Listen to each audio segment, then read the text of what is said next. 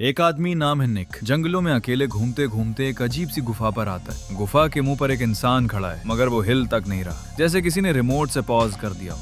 निक थोड़ा सतर्क होता है, आवाज देता है, ओए भाई। कोई जवाब नहीं। वो बंदा वैसे का वैसा ही खड़ा है। निक को शक होता है, अपने डॉगी को कहता है, जा बेटा देख तो जरा कौन है। पर डॉगी ऐसा बर्ताव करता है जैसे उसकी 7 पुश्तों में किसी ने ऐसा डर ना देखा हो। अब निक सोचता है, ठीक है, खुद ही जाना पड़ेगा। धीरे धीरे वो उस गुफा की ओर बढ़ता है और तभी कोई इनविजिबल फोर्स उसे रोक रही थी। भाई साहब, दीवार जैसी टाइट हवा थी, हर कदम मुश्किल से उठ रहा था, मगर जिज्ञासा के मारे वो अंदर बढ़ता गया। और तभी वो स्टैचू बना इंसान धीरे धीरे चलने लगा। निक वहीं अटक गया। बंदे के पास बंदूक भी है तो रिस्क लेना बेवकूफी, लेकिन अगले ही पल वो आदमी अंधेरे में गायब हो जाता है।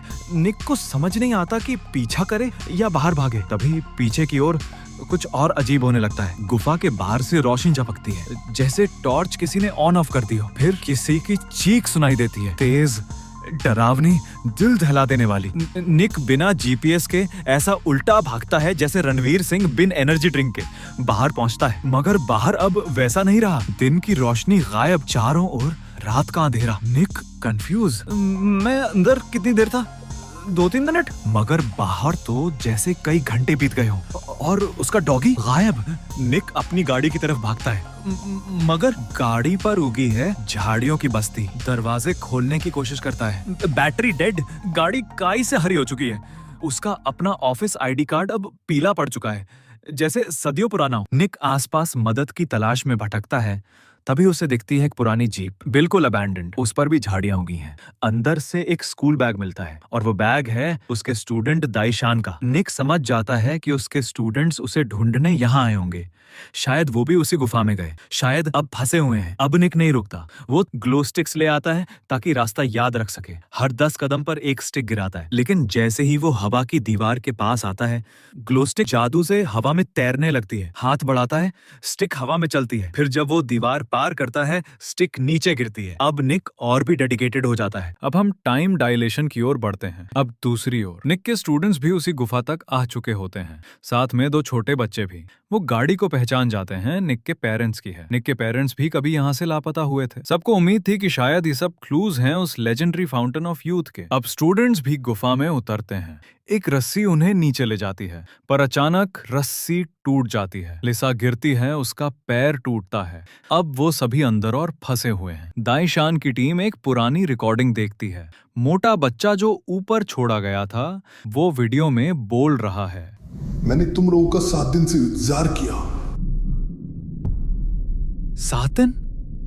उधर नीचे वालों को लगे तो सिर्फ 10 मिनट हुए हैं। अब कहानी हाई गियर पकड़ती है। बैक स्टोरी का हल्का सा खुलासा। मिक का बचपन से एक मकसद था, अपने पेरेंट्स और बहन को खोजना। एक मिथक था कि उस गुफा में अमरता का जल है। उसके पेरेंट्स और बहन वही तलाशने निकले थे और लौटे नहीं। अब निक खुद उसी जगह आ चुका है, मगर सब ये नहीं जानता कि ये गुफा सिर्फ रहस्यमय नहीं है, ये टाइम को तोड़ मरोड़ सकती है। लीसा को समझ आता है कि ऊपर जो लाइट झपक रही थी, वो सूरज चांद नहीं, बल्कि पूरी की पूरी ऋतुएं बदल रही थी। गुफा के अंदर 1 घंटा और बाहर कई साल। अब तक सब समझ गए, time dilation is real bro. और अब टपकते हैं स्टेज पे 2 नए खिलाड़ी, मास्क मैन और जंगल हकले। सब सहमे हुए हैं। तभी ऊपर से एक बड़ी सी लोहे की छड़ गिरती है और फिर वो बन जाती है सीढ़ी, यानी एक हाई टेक क्लाउड लैडर।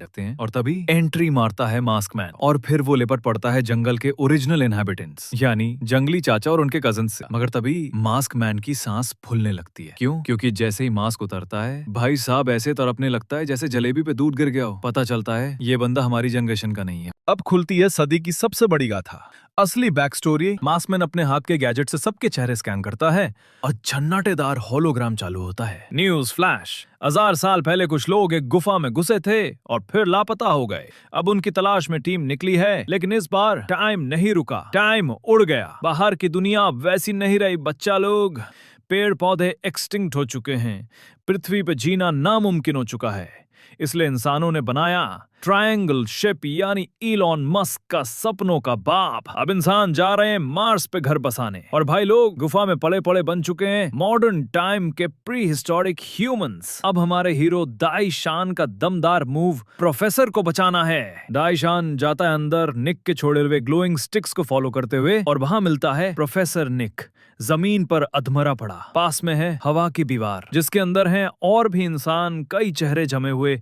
ये सब लोग फाउंटेन ऑफ यूथ के चक्कर में अंदर घुसे और फंस गए। निक को उठाने की कोशिश होती है, मगर निक रो रहा है, मैं बहन को छोड़ के मैं ही जाऊंगा। दाईशान कुछ नहीं कहता, निक को छोड़ देता है और खुद वापस भागता है। वाइल्ड ट्राइब्स का पूरा T20 टीम वहां पहुंच जाती है, जिन्होंने शायद 800 साल से IPL नहीं देखा, अब मैदान में आग लगाने आ गए। दाईशान मास्कमैन की दी हुई सीढ़ी यानी क्लाउड लैडर को ऑन करता है। लड़कियां चढ़ती हैं, मगर ऊपर का केव अब पानी से भर चुका है। फिर एक विशालकाय बूढ़ा हाथ ऊपर से निकलकर लड़की को खींचने लगता है। नीचे से वाइल्ड ट्राइब सीढ़ी को बंद कर देते हैं, मगर रोबोटिक टेंटिकल्स उठते हैं पानी से। 3 लोग सीधे खींच लिए जाते हैं। एंडिंग। सब अब तैयार होते हैं ट्रायंगल स्पेसशिप से नई दुनिया की ओर रवाना होने के लिए। हम जा कहाँ रहे हैं? लीसा मुस्कुराकर कहती है, मार्स, हमारी नई पृथ्वी। और कैमरा जूम आउट करता है। नीचे बर्बाद धरती, ऊपर 3 कोनों वाला उड़ता भविष्य। द एंड, और may be just the beginning.